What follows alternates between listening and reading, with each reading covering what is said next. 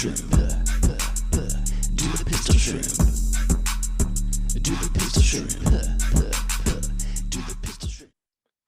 Welcome everyone to the Shrimply Good Podcast, episode 11. This episode 11 sponsored by Central Bank, Illinois. I am Lucas Burris, your voice of Pistol Shrimp Baseball. That is Jayce Eustice, your resident color commentator. And it was an okay week, Jayce. It was not anything we tip our hats on, but for the third straight week, the Pistol Shrimp finished above 500 in what was the final regular season week for this final full regular season week for this Pistol Shrimp team. And we'll play 2 more games next week. But this is as we sit here at the top, this is kind of the final one of the regular Shrimply Good podcast that we'll put out this season. There's only 2 games next week. There's not going to be too much to recap, and we'll really get into that. But yeah, how you feeling? Yeah, I feel good. I mean, you finished the week 4-3, you got the winning record, and obviously you started the week going into a playoff race. You're ending the week kind of on the outside looking in, but I think, us and the players just all together really just look at it as, hey, this was a great season and there's a lot of good baseball, and there's a lot of good baseball played this week where, they had some chances and just a lot of close games, and it's a lot of fun. Yeah, it was really fun all season long. And I think that's the big thing to talk about, is how much I know me and you and just enjoyed doing what we did this season and with this team. It was a great group, and that we all got to watch and all got to see. And I think the fans can really understand that as well, of like how the Prospect League setup is. We're not going to see a lot of these players again next year. And then, it's just how it is. And we'll see a few, but it was just a great season with these guys. And we'll really talk about that more when we have our final regular season or final Shrimply Good podcast after this one. That's going to recap everything, talk about it all. But let's stick to what we know, Jayce. Let's talk about this final full week of Pistol Shrimp baseball. We'll start on Tuesday, which was a good start to the week for the Pistol Shrimp in a win over the Wabash Valley Rex 13-7 at home. Yeah, they really got their week off going on the right foot. Ryan Sorin got the start in that one, going 3 1/3 innings, 4 hits, 5 runs, a couple walks, and 4 strikeouts. Ryan Palmblad coming out of the bullpen was fantastic, though. 3 1/3 inning, 1 hit, no runs, 1 walk, and 5 strikeouts. In that game, it was really the Logan Delgado game. He came and he arrived on the scene, 2 home runs, 3 RBIs, really did what he could. Keyshawn Ogans continued with 3 RBIs and a triple just to keep his push for a possible MVP going. As Will Worthington added a home run, his second on the season. Andy Nelson added a home run. It was really just a good day for the bats, and the bullpen did just enough there, anchored by Ryan Palmblad, to get that win there at home. Yeah, absolutely. It's just a great win against a team which at that point, we were still looking at everything that was going on. And like you said, the big games out of this, the Logan Delgado game, but just the starting pitching and the relief pitching in this one really is what kept you into this game against Rex. And you get the big bats going late. I mean, the Pistol Shrimp scored in every inning from the 1st to the 6th. That's a good game right there. Like that's a great way to just jump out to a lead and do it. And all of those, but 2 innings was a crooked number. So just a whole team effort really is what this win felt like. It was what we'd seen from this Shrimp team throughout the 2 weeks prior, and it was a good win to start off the week over a division rival in the Wabash Valley Rex. But then we headed on over to Tuesday, and we traveled to Springfield to face off against the Sliders, and this was not the team that we had seen in previous weeks. Yeah, the Pistol Shrimp made their trip to Springfield, but they left their bats at home, as managed only 4 hits in that loss there. Chandler Kerr got the start, went 2 innings, 5 hits, 3 runs. Damian White came in relief, 3 innings, 7 hits, 10 runs, only 3 of them earned. So sloppy defense out there as well. Andy Nelson pitched and recorded one of the only 2 RBIs in the game. So just one of those games that you just want to forget. They went on the road there on just a Wednesday night, one that really the pitching couldn't get going, the offense couldn't get going, and just want to leave in the past. I mean, yeah, Springfield just hit him in the face right away, 3 runs in the bottom of the first, and it was it's tough to look back after that. They put up a really crooked number in the 4th, and it's a tough game when they already had punched in the face in the first, and it's responded back in the 4th with 6 more. So it's just a tough game to do on a Wednesday evening on the road after a good victory. And like you said in this one, just it wasn't the team we've seen. That error number is not what we've seen from them. Again, the Pistol Shrimp have just been the best defensive team in the Prospect League, other than like these select games that we continue to see where they just kind of the wheels fall off. And if you take just a few errors out of those games, sometimes we're still the best defensive team in the league. So I think that is just crazy the way we talked about it. The best defensive team for the first 25 games of the season. And then we had 3 straight 5-error games. And then we still were the first best team in fielding percentage Yeah. 2 weeks Yeah. later. It was, that's how good that team has been defensively. And it's just that uncharacteristic game. And it's just something that you brush aside, but it was tough in a week like this where you had to win almost every single game that you saw. And we'll get right into that on Thursday when the Lumber Kings came to town. And this was kind of where we knew we had to put a foot on the gas here. And they did. As they defeated the Clinton Lumber Kings 16-5 at Veterans Park. Yeah, coming in Thursday, obviously the Pistol Shrimp didn't hold their own keys as far as getting into the playoff push, but they did everything they could there on Thursday, getting that solid win. Tyler Conklin with the start went 5 strong innings, 8 hits, 4 runs, 2 walks, and 4 strikeouts.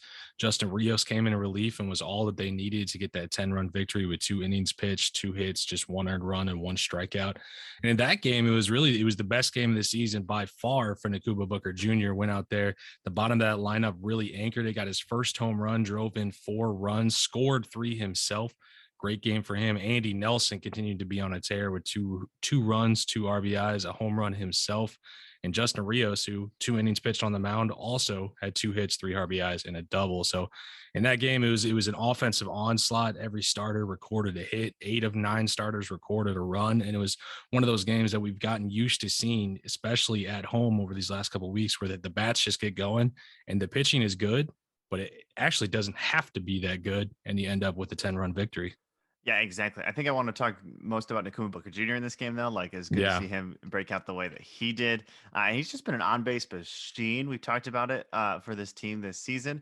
A 433 OBP and in select opportunities is just ridiculous for Nakuba Booker Jr. A lot has to do is he gets hit by a lot of pitches and he takes a lot of walks. That's what he does. And every time he comes to the plate, we almost have become like expecting of that. It was Nakuba Booker's coming in. What pitch is he going to get hit on? Yeah. Like, is it going to be in a 2-strike count or a 3-1 count or whatever? Or is he just going to take like a 4-pitch walk? And then I remember he just smoked that ball to left. And I was like, did Nakuba Booker Jr. just hit a home run?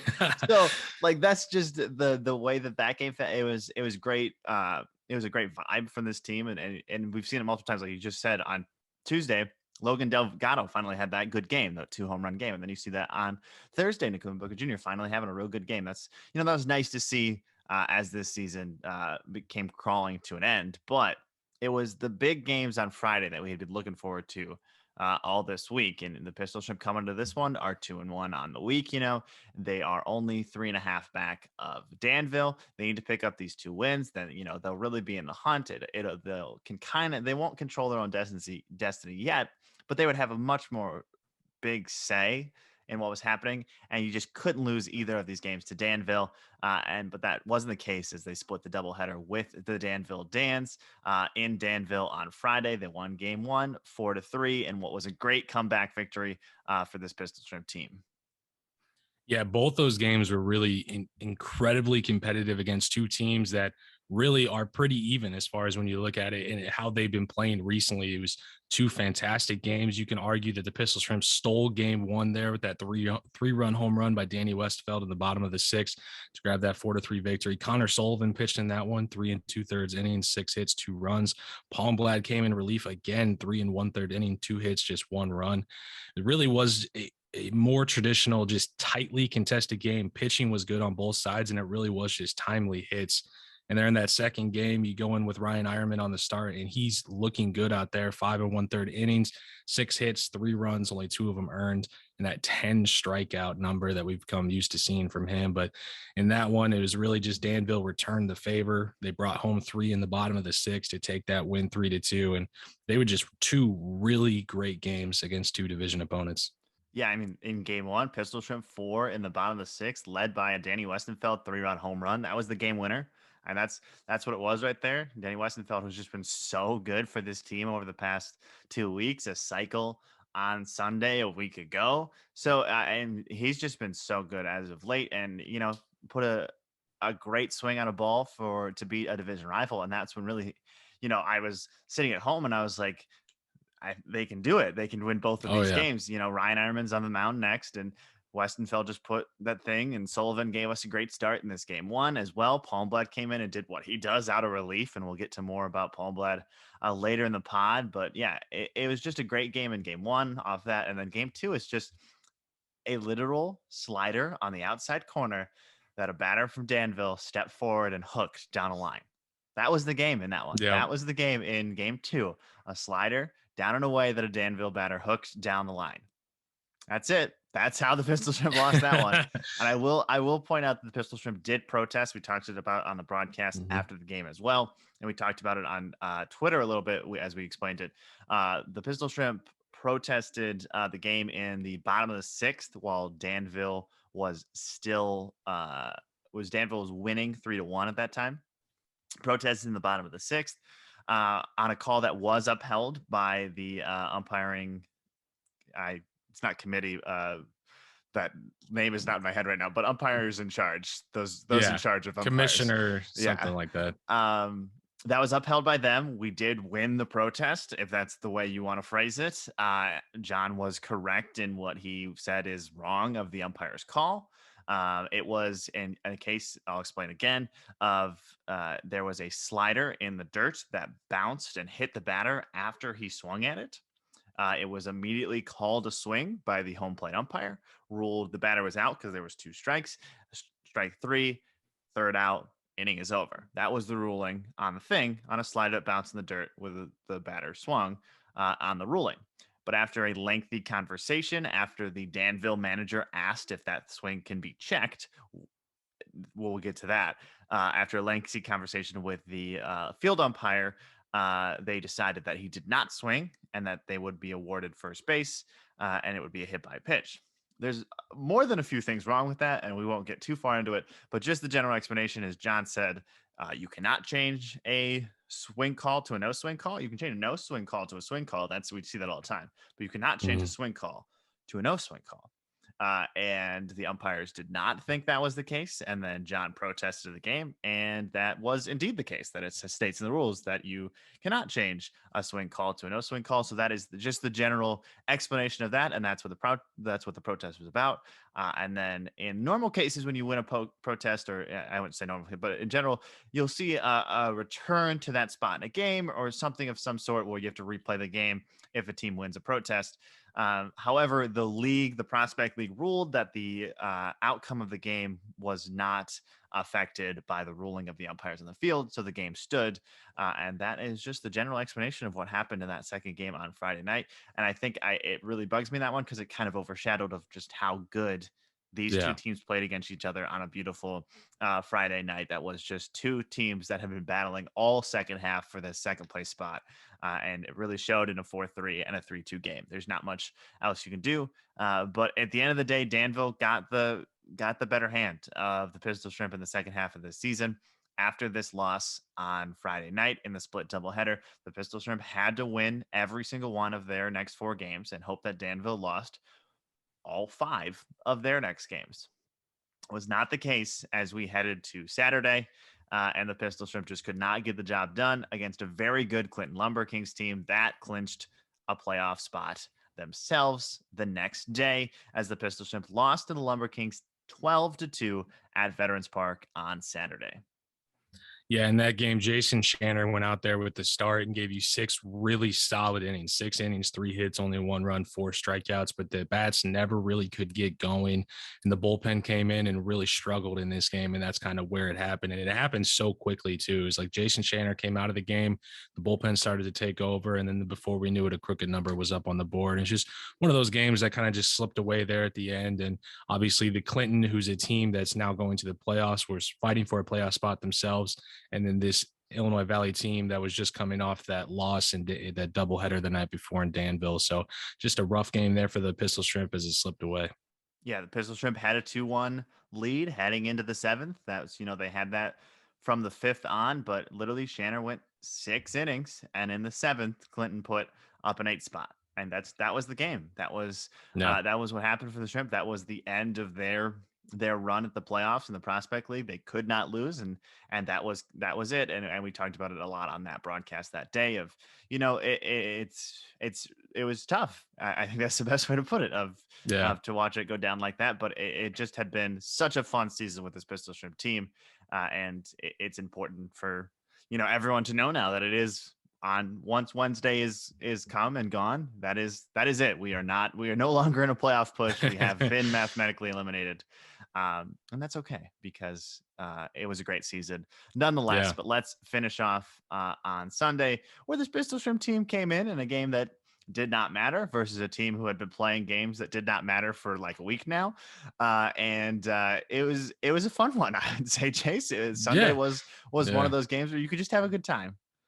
Yeah. We talked about it on the broadcast a lot, just throwing it back to the basics, just going out there, taking at bats, having fun. And, obviously Rex is a team that's pretty depleted. They have been for a while now, lost a lot of their players, are kind of just working with what they have. And they came into this game, and Cole Whitlock gave him a great start there on the mound. But as soon as he hit those 95 pitches and he had to unfortunately come out of the game, they just went with, it seemed like position players that haven't taken the mound. Yeah.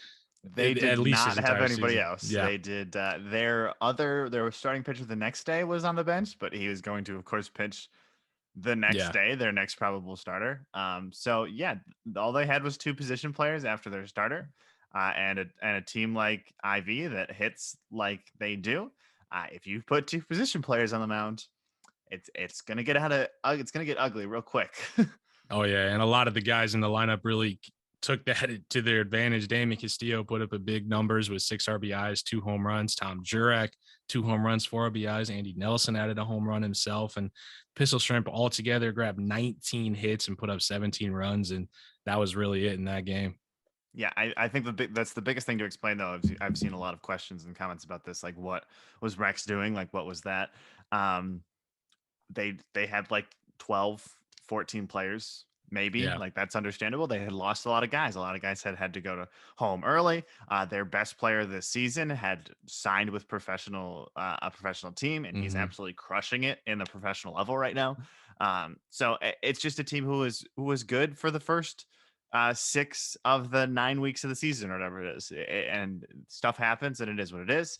And you really can't fault them, or you can't complain about it either. It's fine. And the position players out there, like Whitlock has so much fun on the mound for that team, and then the position players are just having a good time. The Shrimp are having a good time. Damien Castillo hit a home run that I thought was going to leave the entire universe. As that ball, I don't know if that ball ever came down. I don't know. I think it hit a car. Like, I don't know. It was it was a position player home run in which as Damien Castillo was coming to the plate, I was like, this is going to get ugly. This is going to get bad. And then he just absolutely destroyed a ball. And that was so much fun. So it's just kind of those games like that where you can enjoy those moments, and when your season's coming to an end. But it's also college summer league, and that's okay. It is what it is, and it was just fun doing it, and we'll do it 2 more times. So stay tuned for the preview of those 2 games. But that is it for the week of Pistol Shrimp baseball. This one 4-3 on the week for the Shrimp. They played at home for 4 times, and they won 3 of them. So that is just more than exciting there as well, continuing to show out for the home crowd. And let's look at where they stand currently before they head into the final 2 games of the season. Pistol Shrimp 24-34 overall, 14-14 in the second half. They sit in 3rd place in the East Wabash River Division. That division was won by the Lafayette Aviators in the first half of the season by a lot. They have the best record in the league. They still have the best record in the league. They are 20-9 in the second half. They are a game and a half ahead of second place Danville, who has officially clinched second place and a spot in the Prospect League playoffs. They will face off against each other in a 1-game playoff. That would be Friday of this coming week, so 2 days after the end of the season. Yeah. So those 2 teams will face off in Lafayette in the East Wabash River Division Championship game. So Danville and Lafayette. Danville's record right now 18-10. The Shrimp are 5.5 games back now of Lafayette, and 3 or 4 games back of Danville. So again, there's only 2 games left. You can't be 4 games back. And Pistol Shrimp 14-14 sit in third, and the Wabash Valley Rex 8-20 sit in fourth. That is the standings for the division. Pistol Shrimp, hitting and pitching wise, they are 10th in the Prospect League over the entire season in batting average at 268, and they are 10th in ERA at 596 over the entire Prospect League season. So if you want to categorize the Shrimp as what they are, it's probably the 10th best team. it's Yeah. pretty simply. They're probably a little bit higher than that too, but over the entire course of this season, it was a very tough first half, and what they were able to show in the second half. This second half team is just so very good, but what we were able to do with what we were able to do has just been so exciting. And let's look at exactly who was able to do what on this Pistol Shrimp team over the course of this season. Let's look at the Prospect League top 25 leaderboard, starting with the batting. Yeah, and for the batting average, Keyshawn Ogans comes in currently 8th in the Prospect League, getting 345 on the season, also tied for 24th with 49 total hits. Colton Coco has been a double machine, comes in 11th in the season with 12 on the year. Then you get to the home run numbers. You got 3 Pistol Shrimp there in the top 25. Damien Castillo currently tied for 3 with 13. Keyshawn Ogans and Andy Nelson are both tied for 7th with 10. And we talked to Andy Nelson last night how he really put himself in this home run race, and he's enjoyed it with his 2 teammates as well. It's been a fun time. Yep. But Damien Castillo and then also Andy Nelson are up there in RBIs as well. Castillo tied for 16th with 38. Andy Nelson 24th with 33. Colton Coca, Blake Atkins, Will Worthington, and Nakuba Booker Jr. all up in the top 25 as far as hit by pitches go. Colton Coca is 3rd with 11. Blake Atkins is tied for 6th with 9. Kuba Booker Jr. and Will Worthington are both tied for 12th with 8 hit by pitches. That continues to be a stat that we really excel in. 4 players. 4 players in the top 12. 4 players in the top 12. That's amazing. And you get to the stolen base side of it. Andy Nelson tied for home, or up there in home runs, also tied for 11th in stolen bases with 16 on the year. And then you get back to Keyshawn Ogans, who's currently 3rd in slugging percentage with that 634, 10th in on base percentage with a 440. So the best way to describe Keyshawn Ogans is he is in the top 10 in both batting or in all 3 of batting average and slugging and OBP, and he's also in the where's his home run total? What was Keyshawn at? Keyshawn is 10. Top 10 in home runs as well. So MVP. That's did you say that? I didn't say MVP. Did you say MVP? Keyshawn Ogans. I heard something. Keyshawn Ogans deserves MVP votes. He deserves a look. He deserves a look. That's all I'm going to say. Deserves a look. However, this is no argument. We know who deserves pitcher of the year in the Prospect League. That is Ryan Ironman. Let's go through where he sits on the top 25 leaderboards on the pitching side of things. I'm sorry, Jason Shanner, you did drop out of the top 25. I feel like that should be like a thing. Like if I had a graphic, I'd be like rip top 25 pitchers other than Ryan Ironman, because that's how I've been like, we were inching all season, like someone else is good, and then Shanner hit, and then he was just gone. It was just like a poof. But we'll look at Ryan Ironman. First in game started with 11. First in innings pitched with 65. First in strikeouts with 107. He has 36 more than the next closest in the Prospect League. He is first in wins with 8. Second in ERA at 2.08, only 0.03 more than the next person. And he is second in batting average against at 1.46, which is 0.001 more than first place. So he has just been so good all season long. And I will point out that 107 mark for all the fans at home. The Prospect League record for strikeouts is 108. 108 strikeouts in a single season. That is not something very easy to do. Not many people have come close. Again, the record is 108. He sits at 107, and we hope to see him sometimes next week in what should be a performance in which he breaks that prospect league strikeout record. And that is a hope, and we will see if it comes to light. But he deserves it with everything that he has done this season, and that is something to look forward to in these final 2 games on Tuesday and Wednesday. But before we get into what's coming up this week, let's get into the fan question of the week. That is the Shrimply Good Podcast, episode 10 and 11. Fan question of the week. This episode 11 sponsored by Central Bank Illinois, but this episode 10, which was last week's fan question, was sponsored by That Guy's Secret. And the locker room, remember the prizes were a relaxed gray trucker hat from That Guy's Secret and a structured white and black hat from the locker room. And the question was, we kind of hinted at it before, who joined Ryan Ironman in the pitching leaderboards in the Prospect League Top 25? The answer, of course, was Jason Shanner. The first time all season long anyone other than Ironman on the Shrimp had been in the top 25 in a pitching category. And we posted that on our Facebook, our Twitter, and an Instagram. And we draw the winners from the comment section of those videos. Anyone who answers correctly gets put in this wonderful bucket of names. And then we draw your name for a chance to win. And then if you win, you can send us a message on Facebook or whatever platform that you commented on and we drew your name from. And we'll tell you how you can receive your Shrimply Good Podcast fan question of the week prize. So let's draw 2 winners this week because there's 2 prizes, a hat for each. So let's start with winner number 1.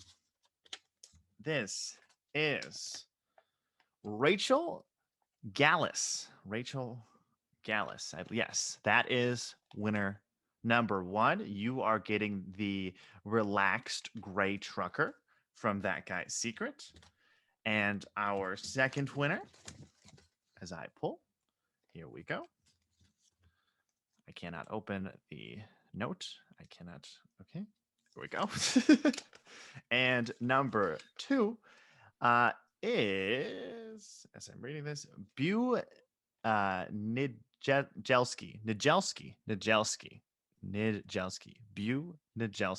That is winner number 2. So both of you can send us a message on Facebook. I believe, if I am correct, both of those winners came from, and you can claim your prize. So send Pistol Shrimp Baseball a message on whatever platform you commented on to claim your hats, your Pistol Shrimp Baseball hats. And now for this week's fan question, again, as the final one of the season, the final regular one of the season for the Shrimply Good Podcast, we're going to do it a little different this week.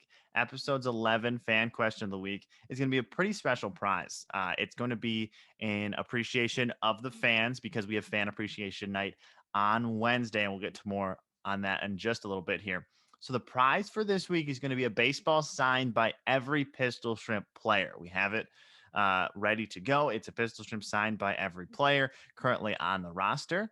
So we will post a question on social media, and you will have until Wednesday morning to answer the question correctly because we will give the prize away at the game on Wednesday. So you have until Wednesday morning because I will pick that Wednesday afternoon before the game. I will pick who the winner is out of those. And it's going to be a pretty easy question, okay? It's going to be something that we're excited to hear from the fans about. So get your Twitter fingers, your Facebook thumbs. I don't know if that is Facebook thumbs and Twitter fingers. I should pat that. Sounds right. I think that's correct. Sounds good. That sounds good. So look out for that question. We will post it so if you're listening to this on Monday, it will be later in the day on Monday, so we give enough time for that. Probably Monday evening, look out for that, and it'll be an exciting question to answer, and you'll have a chance to get your hands on a baseball signed by every 2021 Pistol Shrimp player currently on the roster. But let's look at what games are being played this week, Jayce. Only 2 games this week, Tuesday and Wednesday. Yeah, easy to look forward to here on Tuesday, August 3rd. The Pistol Shrimp will be taking on the Lafayette Aviators at 7:05. That'll be no planned theme night, but Flo's on Pulaski will be there as the food vendor, and we'll also be joined by the Peru Junior League Girls Softball All-Stars, so a fun night there in the second to last game of the season. And then going into Wednesday, the finishing of the season, the last game that we'll be playing in Wednesday, August 4th, also against the Lafayette Aviators. That's a 7:05 start. And that's our highly anticipated fan appreciation night. That'll be a fun night for all. Flows will be there, as well as the kitty cart lucky number will be given away, and a free bounce house for everyone to come and enjoy. Yeah, remember that kitty cart lucky number is our grand prize for the season. So you can choose to put your lucky number on that night's grand prize, but it will be drawn on Wednesday's game. You do not have to be present to win, so you can enter it on Tuesday. You could have entered it this weekend as well, and we will give that away for a lucky number. It's a really cool kitty cart. It looks Oh, yeah. bigger online than it does in person, that's for sure. So make sure you check it out at the game.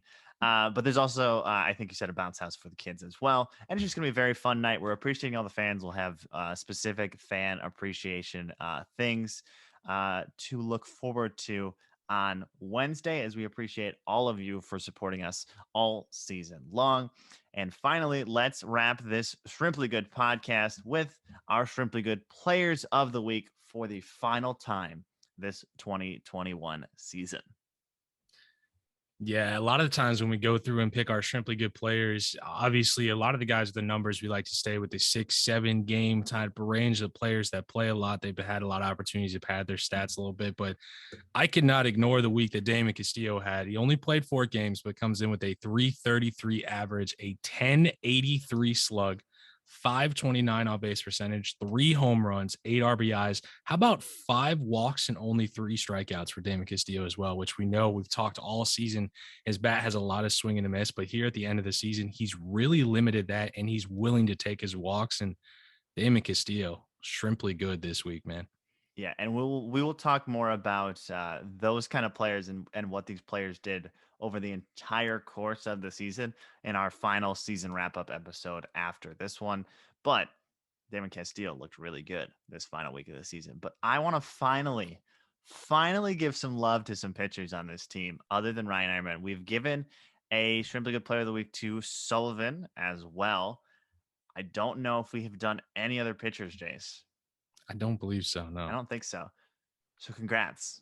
We have our 3rd pitcher of the year, Ryan Palmblad, who has just been outside of the top 2 all season long. He would have just close enough stats, but someone else would just tip a little bit farther on the scales. But this week, Ryan Palmblad, head and shoulders, probably the best pitcher we saw on the Pistol Shrimp team this final week of the season. A 1-0 record, 6 2/3 innings pitched in relief, 1 run, 3 hits, only 1 walk, 8 strikeouts, a 1.35 ERA, and a 1.36 batting average against. Palmblad, you were so good out of relief all season long. And congrats on getting finally a Shrimply Good Player of the Week nod. Well deserved. And it is well deserved, both of them as well. I think that was Damon's 3rd or 4th, so you have good company. But Palmblad, you have really good company of Sullivan and Ironman on pitchers named Shrimply Good Player of the Week this week. And that concludes the final regular season, the final normal Shrimply Good podcast of the season. We will do a recap of the entire season on the Shrimply Good podcast sometime in the next few weeks once the season concludes. So look forward to that. We will talk about it on our social media pages. But if you have been a listener all season long, we did 11 of these, Jayce. 11 Shrimply Good podcasts over this season. And it has been just so much fun. And it's not over. So don't think the Shrimply Good podcast is going anywhere. The Shrimply Good podcast is going nowhere. But this season is coming to a close. So we really hope to see you at the ballpark this week on Tuesday and Wednesday. But Jayce, any final thoughts? Yeah, I mean, it's been a tremendous season, and a lot of these players, to see them and sit back and watch them grow as players. And I think things started off a little bit rough on the field, off the field. And I think now it's everybody's starting to get it together. The pitching, the offense, the defense, the broadcast, our MCs, everybody at the ballpark is starting to feel more comfortable. And just like that, it's the end of the season, but gives us that momentum and everything moving forward. And I'm sure everybody will just as excited when next season rolls around. Yeah, and it's a good time to tell you, if you've stuck around to the final minutes of this Shrimply Good podcast, that the Shrimp will return to the IV next season and every season after that. So look forward to the Shrimp in the Illinois Valley for a long time. But Always remember, if you can't make it to the ballpark, you can catch every Pistol Shrimp baseball game on Prospect League TV. It's the only way to watch outside of the ballpark. Just go to prospectleague.tv. Final 2 games of the season. And thank you. Thank you to everyone for stopping by another edition of the Shrimply Good podcast. This episode 11, sponsored by Central Bank, Illinois. Fear the Claw. We'll see you next time. Do the pistol shrimp. Do the pistol shrimp.